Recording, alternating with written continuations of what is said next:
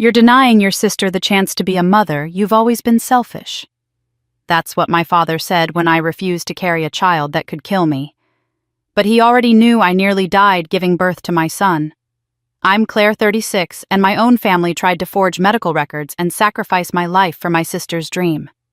If you've ever been guilted by the people who should have protected you, like, comment, and subscribe if you haven't yet.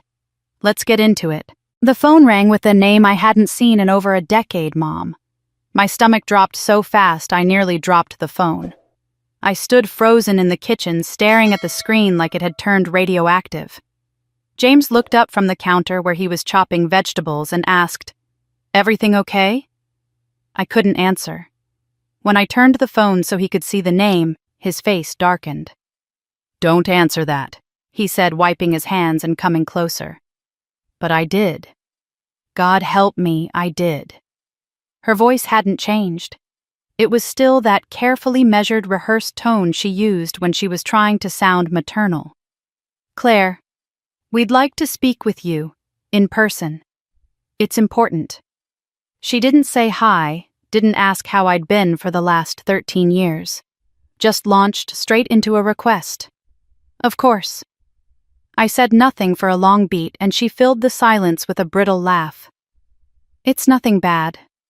Just come by the house this weekend. Your father will be here too."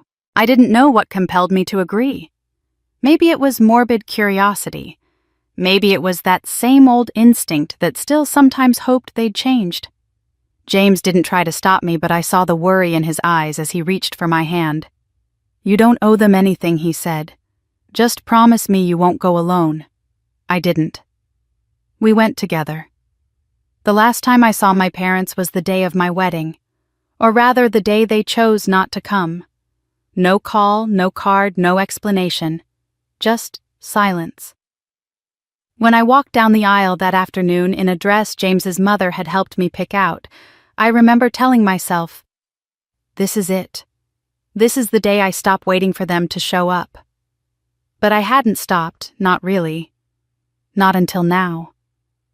Their house hadn't changed. Same pale siding, same perfectly trimmed hedges. It looked like it had been frozen in time. We stepped into the living room and I could almost hear my childhood echoing off the walls. I hadn't been back since I was 19. That room had never felt like mine. It had always belonged to Ava. Ava, my older sister by 4 years, was the center of their universe. She was the golden child, tall, athletic, straight-A student, homecoming queen. My mother used to call her their golden apple. I was the bruised one, born prematurely with a heart defect that kept me in and out of the hospital for the first 10 years of my life. My parents reminded me often what a burden I was. "We could have gone to Maui if it weren't for your surgeries. Emily's college fund would have doubled if not for your hospital bills." I used to believe them. Sometimes I still do in the dark corners of my mind. One time when I was 12, I touched Ava's science fair project, just moved a paper slightly to the left. She shoved me down the stairs so hard I couldn't walk properly for a week. My back was black and blue. When I told Mom, she looked up from her magazine and said, "You should be more careful around Ava's things." That was it. I wasn't her daughter, I was a cautionary tale. My only saving grace was Nana Jean and Grandpa Walter. They were the ones who paid for most of my medical bills, took me school shopping when my parents forgot and called me their miracle girl. When I told them I wanted to go to college out of state, they didn't hesitate to help. I moved 3 states away and never looked back. James and I met at a campus bookstore. He asked what I was reading, and when I told him it was a poetry collection about grief, he smiled and said, "Let me know when you find one about healing." He was calm, kind, and saw me like no one ever had, not as someone fragile or burdensome, but as someone worth loving. When we decided to start a family, we knew the risks. My doctors warned me that pregnancy could be fatal due to my heart condition. But I wanted a child. I wanted to feel what it meant to bring life into the world for something good. The pregnancy was brutal. Bed rest, ER visits, a delivery that almost killed me. But Micah was born perfect, 10 fingers, 10 toes, and a scream that sounded like hope. The doctors were blunt: another pregnancy could kill you. There was no ambiguity. James and I built our life quietly and joyfully, far away from the ghosts of my past. Aside from the occasional holiday card or short email, I hadn't heard from my parents or Ava. And I preferred it that way. Until now. As we sat down in their living room, the air felt charged, like a performance was about to begin. My mother smiled like she was auditioning for warmth. My father gave James a curt nod and sat stiffly across from us. Without preamble, my mother handed me an envelope. "Read this before we talk," she said. I opened it slowly. Inside was a document with Ava's name on the first page. My eyes skimmed the words: surrogacy agreement, consent, medical clearance. My heart began to pound so loudly I could barely hear. They weren't asking me to help Ava. They were expecting me to carry her baby. I looked up speechless. My mother clasped her hands together, hopeful. "Ava's been struggling to conceive. This is her last chance. The clinic said you'd be a good fit. You've already carried a healthy baby." I felt the blood drain from my face. They knew. They knew what my last pregnancy did to me. They knew I almost died. And still they'd gone ahead and drafted papers. Why now? I finally managed to ask, my voice hoarse. "Why me?" My father shrugged. "It's time you did something for the family." That's when I understood. To them, I was still the burden, just older now, a useful vessel. And for the first time in years, I wasn't ashamed, I was furious. The words rang in my ears. "After everything we've done for you, you owe this to your sister." I couldn't breathe. I stared at my mother like I was seeing her for the first time, not as the woman who gave birth to me, but as someone entirely alien. Someone who would look her child in the face and ask her to die with a straight voice and a full heart. "You know I almost died," I said, trying to keep my voice level. "You remember what the doctors said, that another pregnancy could kill me? You know that." Evelyn's eyes immediately filled with tears. She turned her head slightly toward Charles as if to say, "See, she's being difficult already."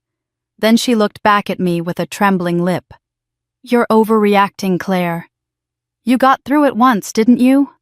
You have Micah. And the clinic said they can monitor everything carefully. They have specialists who know how to deal with these things." Charles leaned forward. "You're not the only one who suffered, you know. Ava has been trying to have a child for 5 years. Multiple IVF cycles, thousands of dollars. This is her only option. She's devastated." I looked between the two of them, blinking slowly, almost in disbelief. "And you decided her heartbreak is more important than my life?" My mother straightened. "That's not what we're saying. But family helps family. That's always been our belief." "No, it hasn't," I said quietly. "Family helps Ava." My father's face hardened. "After everything the family's done for you?" That was when I snapped. I stood up, nearly knocking the papers off my lap. "What exactly have you done for me? What family are you talking about? Because my memories aren't of support. They're of being called expensive. Of being compared to Ava. Of coming home from surgery and hearing you say you had to cancel your anniversary trip because of me." Evelyn gasped like I had struck her.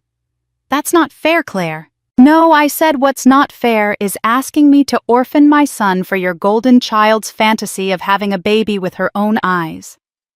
The air went cold. Evelyn pressed a tissue to her face and began sobbing. "How can you be so selfish? Ava has always wanted to be a mother. This is her dream. And you have the chance to give her that." I shook my head slowly. "You don't get it. You never did." And just like that, the room began to fold into itself. The walls, the carpet, the damn family portraits lining the shelves, everything blurred under the weight of memories. I remembered being 16, standing in this very living room, holding my wedding dress sketch pad in my hands, and showing it to my mom. She'd nodded vaguely and asked if I could help clean up after Ava's soccer banquet. I remembered the catered celebration in our backyard when Ava's team made it to state finals. Tense lights, a chocolate fountain. When I graduated college, I got a card with $10 inside and a good job, I guess, from my dad. When James and I got married, we sent invitations. Handwritten. I waited for weeks. Nothing came. Not even a voicemail. Meanwhile, I later found out my parents threw Ava a divorce recovery brunch when her first engagement ended. That's who they were. So I wasn't surprised they'd gone ahead and spoken to a fertility clinic without asking me. That they'd gotten medical consultations, attorney sign-offs, and drafted contracts. They didn't invite me to consider it, they assumed I would comply. To them, I was never a daughter. I was a spare. You didn't even ask, I said, my voice breaking. You made the decision without me. Evelyn stood, her hands still shaking. Because we knew you'd resist Claire. But sometimes family has to make hard choices. That's love. That's what love means. My throat went dry. I turned to James, who had been silent until now. His jaw was clenched fists curled tightly on his knees. But he didn't speak, not yet. I picked up the envelope, held it for a moment, and then set it gently on the coffee table.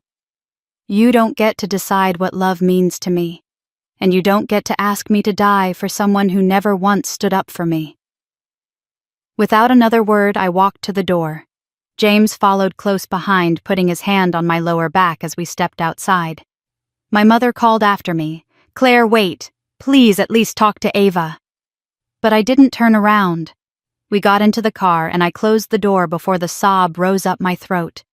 It came out in one long, choked breath, and then another, and then I was crying so hard I couldn't see. James didn't say anything at first. He just put the car in gear and drove. A few blocks away, we pulled into a parking lot and he turned off the engine.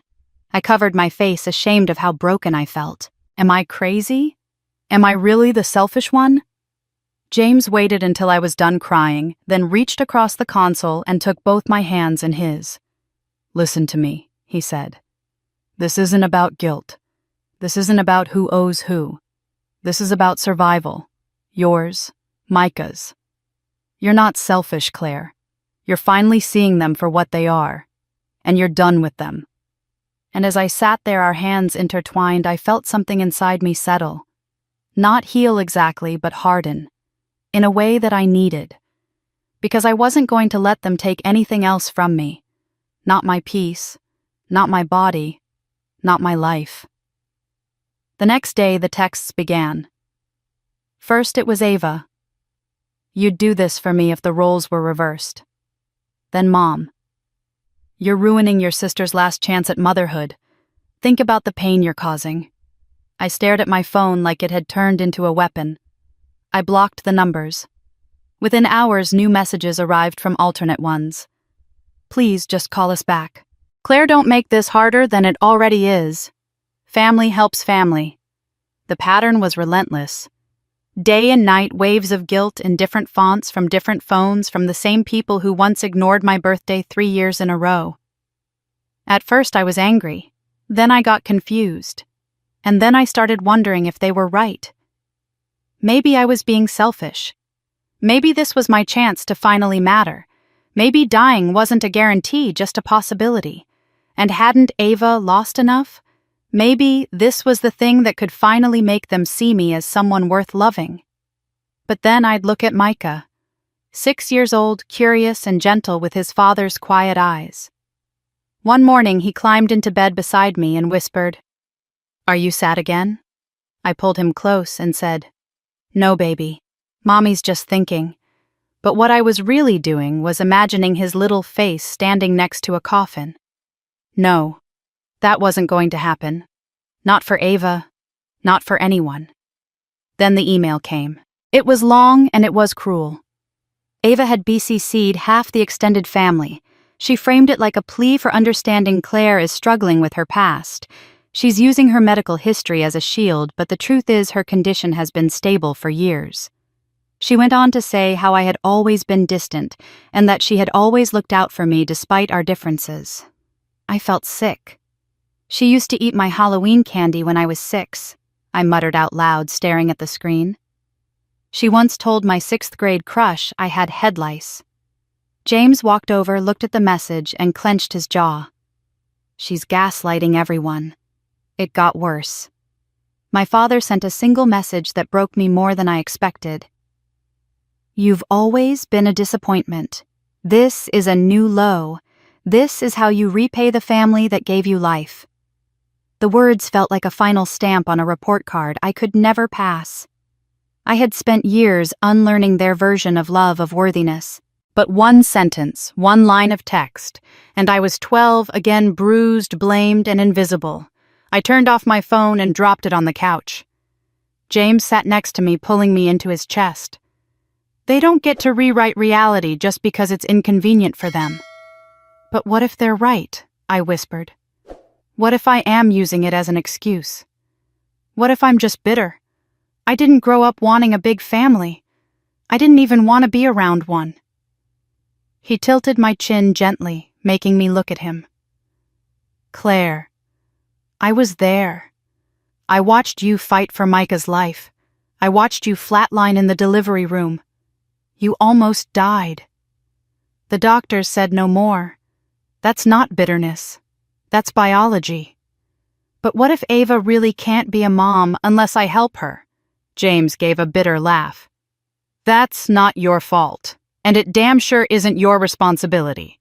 He stood up, paced once across the living room, then turned back to me. Micah needs you. I need you. No one else has to understand that. No one else's opinion matters. I nodded slowly, but the damage was already taking root in my chest. The weight of their words, of their needling accusatory persistence, it felt like I was dragging chains every time I tried to walk through the day.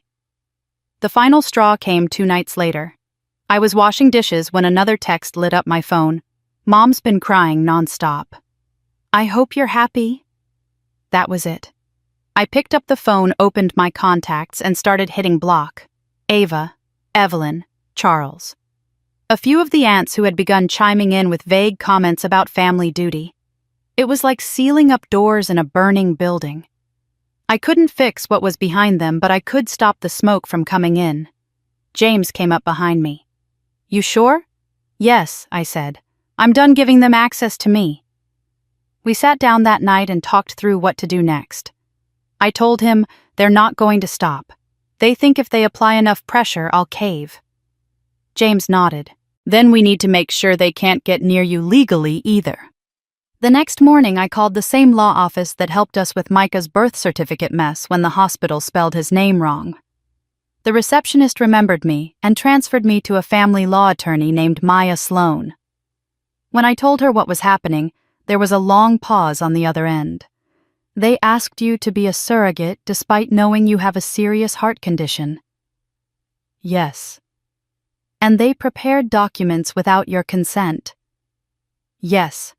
And now they're emotionally harassing me. She exhaled sharply. You need more than a restraining order. You need documentation, paper trails. We're going to start with cease and desist letters. If they escalate, we escalate. That word we felt like a rescue. James offered to call her back to set up an in-person consult. You shouldn't have to relive all this alone, he said. So we began building our defenses. Digitally, emotionally, legally. I still don't know what hurt more, their request or the way they handled my refusal. But I do know this. I wasn't going to let guilt be the thing that killed me. She said it was just the 2 of us. Just coffee. Just talk. I knew better. But I went. The message came through from another temporary number. Claire, it's Mom. Just me. No one else. Please. 10 minutes of your time. No pressure. Just a conversation. I don't know what made me say yes. Curiosity, maybe.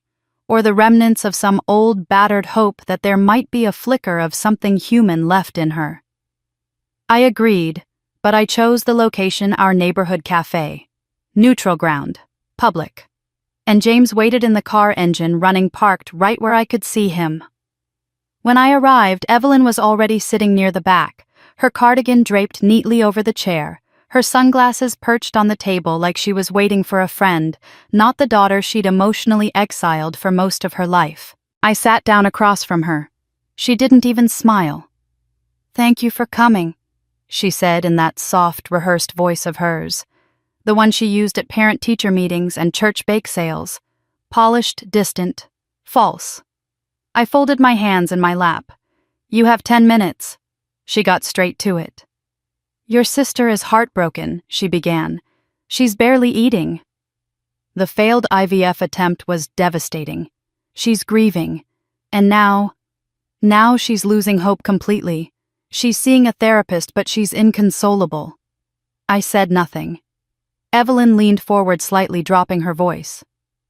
We spoke again to her doctor, a specialist. He said that with proper monitoring, your heart condition wouldn't necessarily be a problem.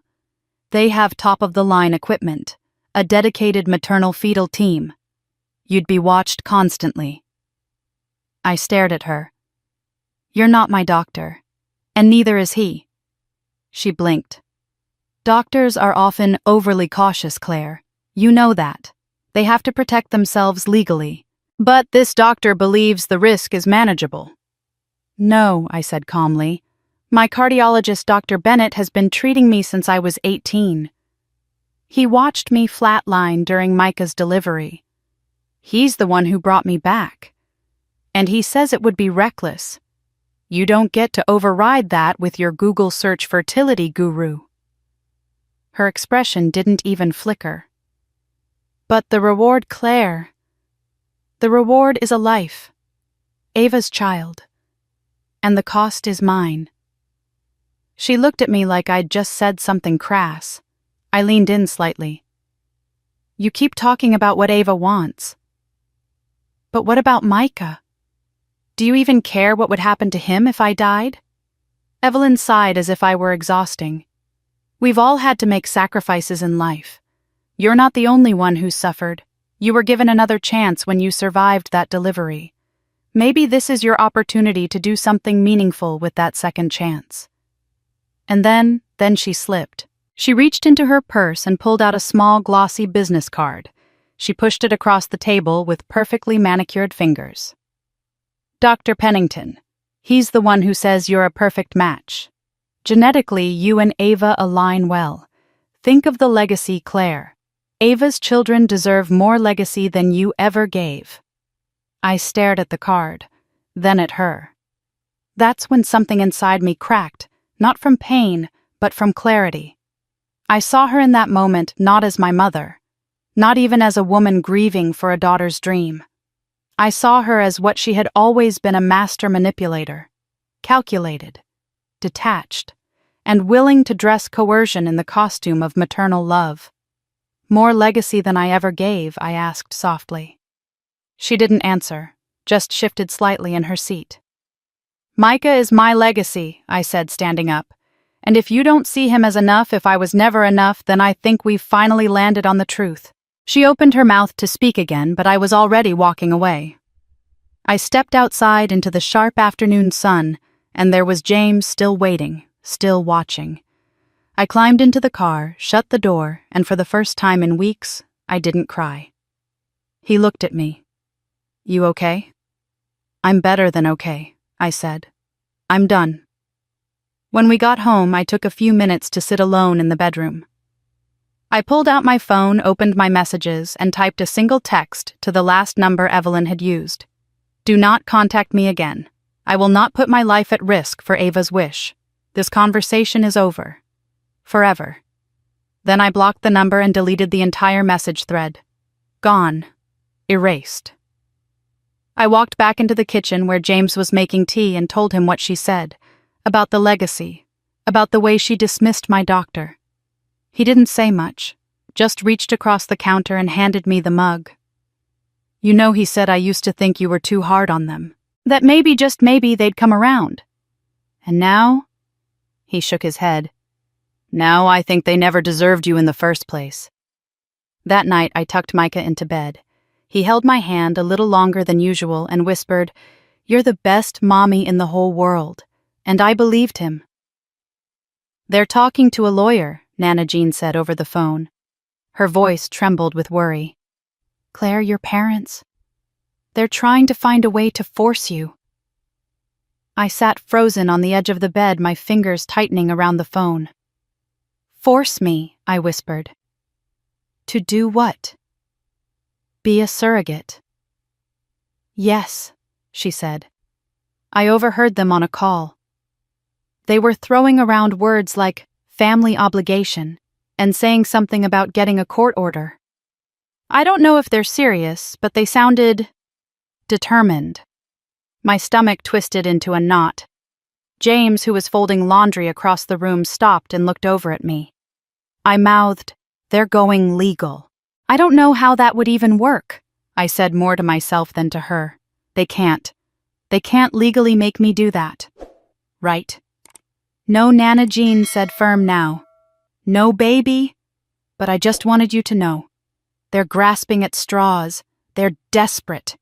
After I hung up, I called Maya Sloan immediately. She answered on the second ring. Claire, what's going on?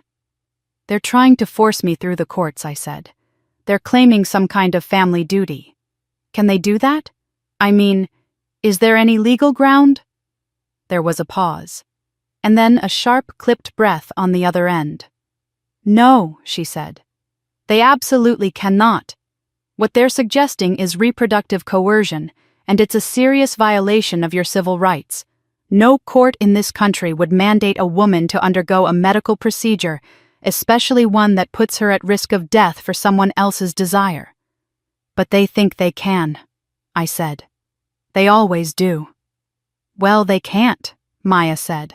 But that doesn't mean they won't try to harass or manipulate you further. It's time to act preemptively. That afternoon, James and I drove to her office. We sat across from Maya as she pulled up forms, legal precedents, and sample restraining orders. She was composed but clearly disturbed by what we were dealing with. We're going to draft cease and desist letters to both your parents and your sister, she said. We'll include language that establishes their communication as harassment, especially given your medical vulnerability. We're also going to keep a full record of everything they've sent so far, every voicemail, every text, every email.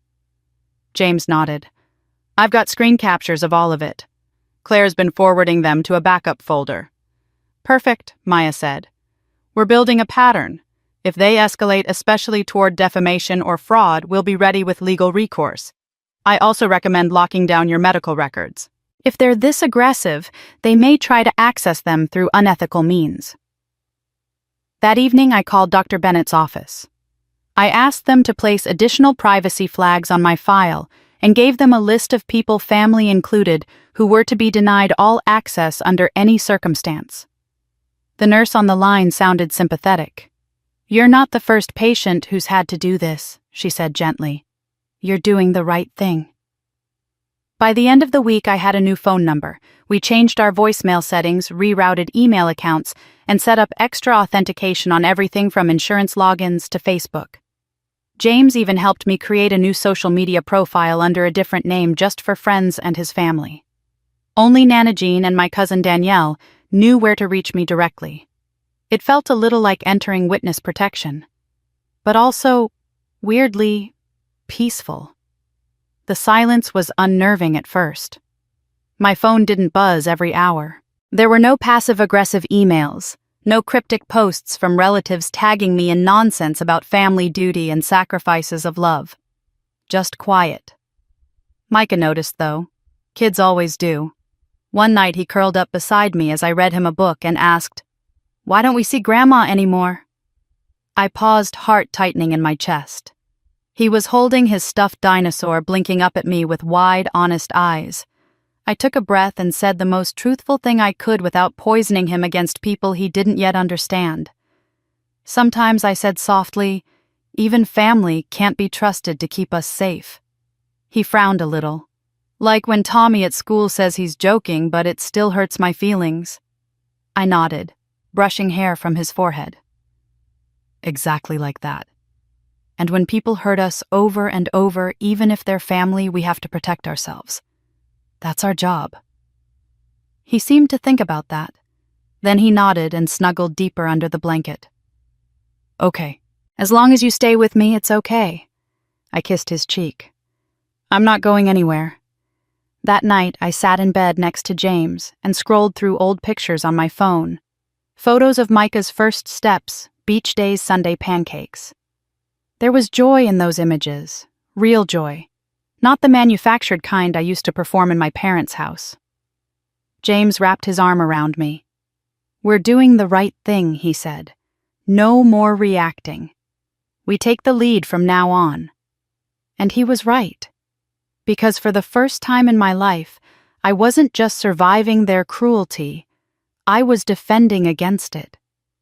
The guilt they tried to sew into me was losing its thread. And in its place, something stronger was growing boundaries. Voice. Peace. The worst part. The Facebook posts weren't even subtle. Selfish family members always reveal themselves. Some people forget what family means when it's inconvenient. Every time I opened my old profile, a new vague jab would be sitting there gleaming with saccharine venom. It didn't take long to realize my parents had turned to the extended family to finish what I had shut down. I'd blocked them from contacting me directly, so now they were waging war through whispers, group chats, and public digital pity parties. According to screenshots Danielle sent me, they were telling people that my heart condition had significantly improved, and that I was simply bitter and angry from childhood jealousy. One post from Aunt Lisa read, "Sometimes the weakest branches on the family tree bear no fruit and try to poison the rest. We still pray for her heart to soften." The comments underneath were full of heart emojis and prayers for Ava's healing. Some relatives I hadn't seen since I was a teenager were messaging me disappointed and concerned. "I know it's a lot to ask," one aunt wrote, "but Ava's hurting so badly. We all have to make sacrifices in life. Maybe this is yours." I stared at that message for a long time. We all have to make sacrifices, as if I hadn't already spent most of my life being the one sacrificed. A few even tried to guilt me by referencing my childhood. "You were always so sensitive, Claire. Maybe it's time to look past the past and do what's right." I didn't reply. I couldn't, because I'd already tried. For years I bent, shrunk, smiled, apologized for things I hadn't done, and carried the weight of Ava's perfection like a boulder I was supposed to be grateful for. But then Danielle reached out. She sent a voice memo late one night. "Claire," she said, her voice low and sincere, "I remember how they treated you. You're not imagining it. And this thing they're doing, it's disgusting. If you want me to speak up, I will. I've already told my parents to stop repeating what they've heard from Evelyn." I called her the next day and we talked for 2 hours. She shared things I didn't know, that Ava used to brag about how Mom would fix her grades behind the scenes by pulling favors with teachers, how Charles once told another cousin that Claire's never going to amount to much, but at least Ava's set. "I thought maybe they'd grow out of it," Danielle admitted. "But I see now, it was never going to stop." As if on cue, James got a call from Nick, Ava's husband. He'd been quiet until now, seemingly complicit, but now his voice was strained and shaken. "I didn't know how bad this had gotten," he told James. "They've gone too far. Evelyn and Charles are out of their minds. They've even tried to sideline me in all of this. I've told Ava this is insane. Risking someone's life. For what?" James listened, nodded, then asked quietly, "Do you think they'll stop?" Nick didn't hesitate. "No. They're spiraling, and if they keep trying to falsify anything or push through a clinic, they might get sued. Ava's already ignoring warnings from the clinic she's working with. They're not going to let this slide." That's when I knew I needed to act. Not emotionally, not reactively, but factually and directly. The next day, I opened my laptop and composed a mass email to every extended family member whose address I had. I kept it simple and unemotional. Just the facts. I began with "Dear Family." I'm writing this because the narrative being shared about me is false and potentially dangerous. Then I attached a letter from Dr. Bennett, my cardiologist, dated just months earlier. It explicitly stated, "Patient is at extremely high risk of cardiovascular complications in any future pregnancy. It is strongly advised that pregnancy be avoided due to the life-threatening danger to both mother and child." Below it, I added, The request made to me by Ava, Evelyn, and Charles is not only emotionally coercive but medically reckless. I will not risk my life to fulfill someone else's desire regardless of how tragic their circumstances may be. I ended with, "This is the last time I will speak on this matter. Any further attempts to involve me in discussions about surrogacy will be referred directly to my legal counsel. I am choosing peace, boundaries, and safety for myself, my son, and my family." I hit send. Then I opened my contacts list and began blocking. One by one. Anyone who had commented, messaged, or passively participated. Everyone except Nana Jean and Danielle. When it was done, I sat back in my chair. The silence afterward was deafening, but liberating. I looked over at James, who was sitting nearby, watching me carefully. "You okay?" he asked. I nodded. They wanted a public story. Now they have one. The truth. Later that night, I walked out onto the back porch and let the cool evening air wash over me. For the first time in weeks, I felt like I could breathe fully. The harassment hadn't stopped, not yet, but now the truth was out there. And the thing about the truth is, it doesn't beg to be believed. It just is. A week later, the most unexpected thing happened. My lawyer got a letter from the fertility clinic. Maya called me herself, voice steady, but pulsing with energy. "Claire, the clinic just sent over formal documentation. Your parents tried to submit forged medical records on your behalf. They claimed you had been medically cleared to serve as a surrogate. But when the clinic did a standard verification with your cardiologist's office, the discrepancies raised red flags." My heart pounded. What? They faked my records. They tried. She confirmed. The clinic is already preparing to file a formal fraud report. They're documenting the attempt in their system and notifying other affiliated providers. Legally, this crosses into serious territory: medical fraud, misrepresentation, endangerment. I pressed a hand to my chest. They were really going to push it through, without even telling me. "They never cared if you agreed," Maya said. "They cared if they could make it look like you did." James, sitting beside me, rubbed my back. He didn't say anything. He didn't need to. I felt the same stunned disbelief radiating off him in waves. Later that night, it all exploded. Danielle forwarded me screenshots from the family group chat. Nick, quiet, careful. Nick finally snapped. His message started simple. "Enough." Then he unloaded. "I've stayed silent long enough. You lied to everyone. Claire nearly died having her son, and you tried to kill her for your fantasy. I've seen the records. I've spoken to her doctor. I've seen the harassment, the lies, the manipulation." He posted a screenshot of the clinic's fraud alert and attached the letter from my cardiologist, the same one I'd sent the family earlier. "You all think she's the villain. You're defending people who forged medical records and tried to gaslight a woman into risking her life. I'm done being complicit. I'm done pretending Ava is innocent. She knew everything. She hid Claire's medical history from the clinic. She called it an inconvenience." Then came the final line: "I've filed for divorce. I can't be married to someone who would try to sacrifice her sister to get what she wants." I sat back from the phone, breath caught in my throat. James read the messages silently, then let out a low whistle. Well, damn. The group chat went dead for hours after that. A strange stillness settled across my inbox. For once, the silence didn't feel threatening. It felt like a collapse, like the fall of a house of cards. By the next morning, it had started to unravel. Aunt Lisa, the one who called me poisoned fruit, in her vague status updates, sent me a private message. I had no idea what was really happening. "I'm sorry, truly." Another cousin, one who hadn't spoken to me in years, wrote, "I can't believe they went that far. We're done with them. I just want you to know I see you now." I didn't respond to most of them. I didn't have to. The damage was done, and not to me. For years, Evelyn and Charles had painted Ava as flawless. She was their crown jewel, their miracle, their carefully constructed legacy. But the mask was gone now, and what lay underneath was uglier than anyone had expected. The clinic formally blacklisted all three of them, Evelyn, Charles, and Ava, from using their services or accessing their network of providers. Their names were flagged in the system for unethical behavior and potential fraud.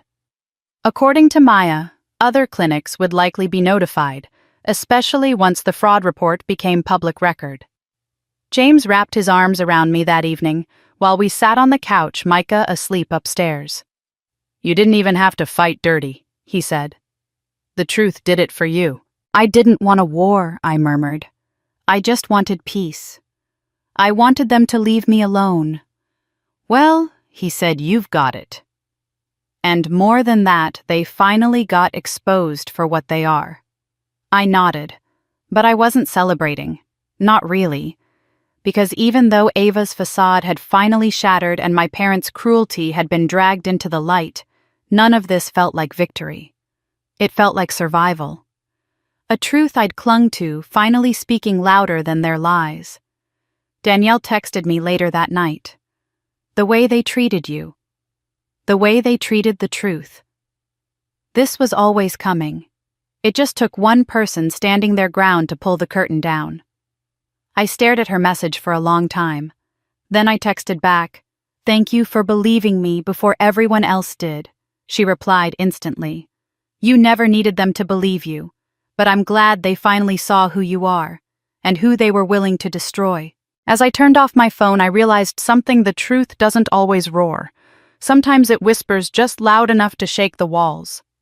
And when it's real, when it's rooted in pain, survival, and unshakable evidence, it becomes the most unstoppable force in the world. Last weekend, Micah and I built a heart out of Legos. He chose the pieces bright red, a little crooked with a single yellow brick in the middle. As he pressed the last piece into place, he held it up and beamed. "It's strong like you, Mommy," he said. And I believed him. That morning I had woken up without the familiar dread pressing on my chest. No unread texts, no cryptic Facebook posts, no flying monkeys buzzing in my ear with guilt and twisted versions of the truth. Just silence. And in that silence, peace. I slept better, deeper. My mind no longer rehearsed arguments in the dark or braced for impact every time the phone rang. James noticed it too. "You're laughing more," he said one evening as we played cards on the living room floor with Micah. "You're not flinching when the doorbell rings." We started a new family tradition: Sunday night board games. Just the three of us. We made popcorn-lit candles and made up silly voices for the game characters. One week, Micah insisted we all talk like pirates. Another, we wore crowns made of tinfoil. I hadn't realized how starved I'd been for that kind of joy. The kind that's unburdened, unafraid. And yet part of me still grieved. Not for them, but for the years I spent trying to earn love that should have been freely given. For the child I was who measured her worth in comparisons she never asked to be a part of. Nana Jean came by a few days after the storm finally passed. She parked a block away like always and walked to the house with a canvas tote bag slung over her shoulder. "Can't have them tracking me," she joked, though her eyes flicked toward the street just to be sure. She sat at the kitchen table, took my hand in hers, and gave it a gentle squeeze. "You did the hardest thing a child can do," she said. "You told the truth and you let go of the lie that it was your job to fix them." Then she pulled a small photo album from her bag. "I thought you might want these." They were in an old drawer at my place. I saved what I could. Inside were pictures I'd never seen. Me as a baby wrapped in a yellow blanket, eyes wide. Me at 5 holding a crayon drawing up to the camera. My birthday party at 7 sitting on Nana Jean's lap while everyone else ignored the cupcake in front of me. I flipped through slowly, tears slipping down my cheeks, not from sadness, but from something harder to name. A kind of mourning, maybe. A final goodbye to the idea that my parents ever really saw me. I paused at one photo. I couldn't have been more than 3. I was reaching out toward the lens, giggling, my little hands open and eager. There was so much hope in my face, so much trust. That little girl deserved the world. She deserved to be protected, to be celebrated, to be heard. And now, finally, she was. I'm not sure when the guilt stopped whispering in the back of my mind. Maybe it was when Nick filed for divorce. Maybe it was when the fertility clinic sent their fraud report. Or maybe it was simply the moment I chose my own life over someone else's expectations. I didn't win by destroying them. I didn't have to. I won by walking away. I won by building something stronger with the family I chose, the one who loves without conditions and stands beside me, not over me. I won by surviving. Because if you're wondering whether it's selfish to say no to people who don't value you, it's not. It's survival. And survival is sacred. So this is the end of the story. There won't be another update. Not because there isn't more to say, but because the chapter is closed. Sealed shut with boundaries. Truth and a Lego heart, built by the one person who reminds me every day why I fought so hard. My son is safe. I am safe. And for the first time in my life, I feel free. Claire's story reminds us that choosing peace over obligation isn't selfish, it's survival. When family crosses the line, standing firm can be the most courageous act of all. If you've ever had to protect your peace, tell us in the comments.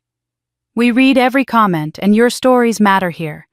Don't forget to like, subscribe, and share if this story moved you. Thank you for listening. This has been a story from Revenge Served Cold. We'll see you next time.